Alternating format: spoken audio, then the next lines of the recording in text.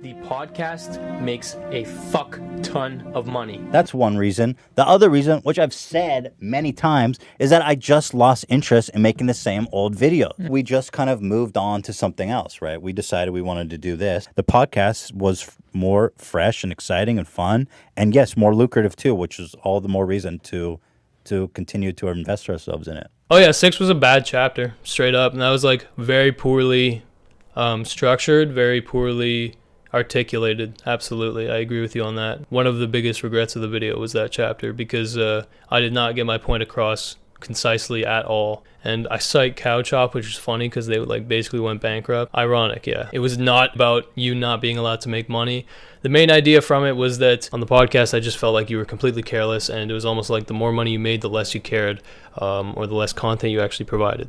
It's basically the criticism. Yeah, just so it's expressly clear, I have no issue with people making money. And the length of the ad breaks, I think, is a totally valid criticism. And you basically acknowledge that you guys have reduced the length. So also having 4 sponsor reads in a YouTuber's podcast is a lot by any standard. I guess you're comparing what to Joe Rogan?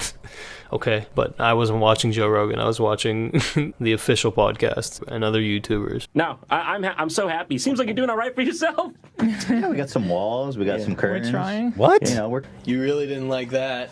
What? I had no problem with that. I was just goofing around. That is the cringiest connection I think I'll ever make in my life right there. Yeah, that was a grasp at straws for sure. I'm glad you pointed it out because that has bothered me since the video's been out. It's so bad. So we are going to skip chapter 7 and 8. Oh shit, man. You said you react to it in full on Twitter. What happened? I mean, I understand the time constraint, but if you're going to advertise it on Twitter as you reacting to it in full, then you should have reacted to it in full. You could have easily fit it in if you had just avoided criticizing a bunch of irrelevant parts. Because chapter 7's about that I'm not funny. Well, it's more about the fact that you're so repetitive with your jokes that they become unfunny and almost hypnotic. And I also mentioned that you constantly use sarcastic, backhanded compliments to undermine people without fear of criticism. Then chapter 8 is about that we sometimes misreport things and get information wrong. And that I totally own. I own it. You're right. I get stuff wrong all the time on this podcast. So that's fine. So you skip chapter 7 and 8, which is okay. But yeah, anybody obviously watching the podcast who hasn't seen the original or doesn't remember the original vividly, of course they're not going to be able to appreciate the true level of your contradictory ability. You know, those chapters make you look bad,